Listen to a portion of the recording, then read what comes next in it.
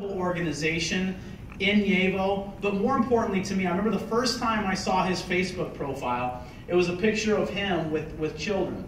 And as I started to research and found it, and what I started to see is his heart, and really not just his heart, but he's putting actions behind what his heart is in regards to reaching out to children, in regards to rescuing them from trafficking and other things. And so I wanted him to come up, he lives here in Dallas, and just talk to you a little bit, take 2 or 3 minutes and share his heart about Yevo and why he's excited. So help me welcome Paul Myhill real quickly. Give him a hand.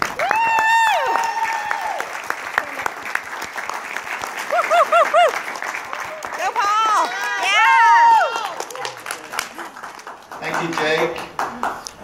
Actually, I have to confess, I actually live in Denver right now, but as a 10-year-old back in 1978, my family immigrated to Texas. And you notice I didn't say that we immigrated to the United States, because this is Texas, right? We immigrated to Texas.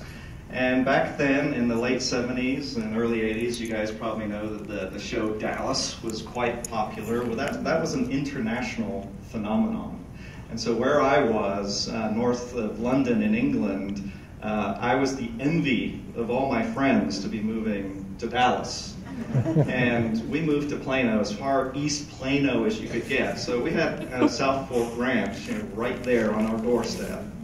And so my dream as a 10-year-old was that I was going to be hanging out at the pool with JR and Sue Ellen, and I forget the other characters. Bobby, yes, Cliff, and the rest.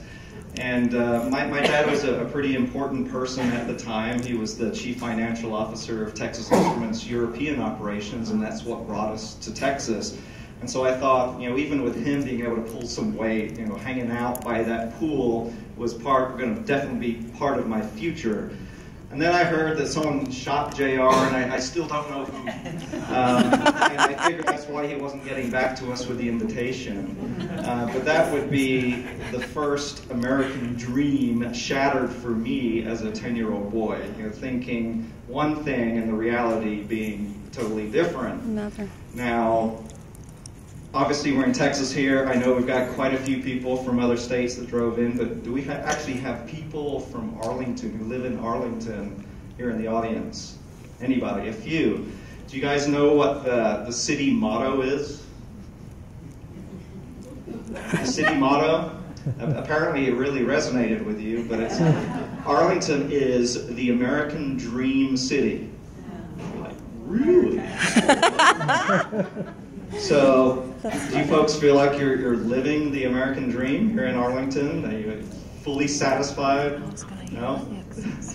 So I'm going to talk about, as an immigrant myself, just a few minutes here about the American dream, how important it is to me and how important I believe it is that you put it, get on that track to achieve your American dream sooner rather than later. Now, when we talk about the American dream, we're not just talking about money, right? We're, maybe for some people, but we're talking about opportunity, we're talking about independence, we're talking about freedom, we're talking about significance.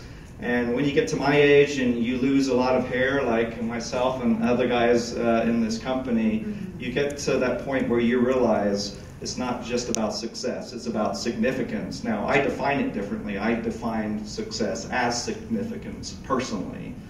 But the track of feeling like you're making a mark, that you're making a difference, that you're impacting lives, that you're changing the world, is a place that you sooner or later get to. Here's your opportunity, guys. This is an opportunity to take back what has been stolen from us. 100 years of decline in the food industry, in nutrition in general, to shake up the food industry, to shake up the health industry. You don't think that's significant? That is significant. Then even from a micro perspective, to be able to change individual lives and see them achieve health and see them achieve financial freedom, that is significant. Guys, the American dream is elusive for many, and maybe some think it's a sham or something that can never be attained.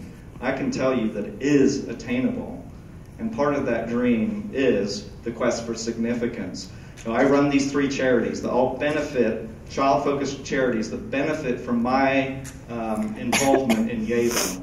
I get to go to a lot of different countries, 90 plus so far, a lot of exotic lands.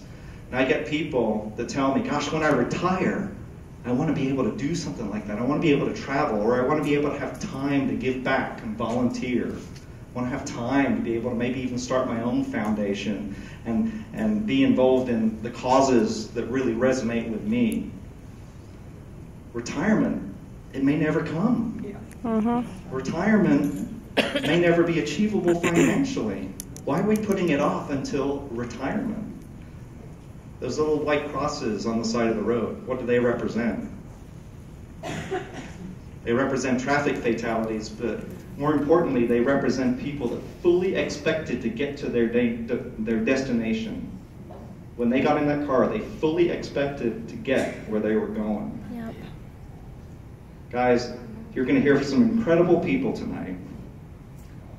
You don't know what the timing is for you, whether it's retirement or whether it's just the clock in general.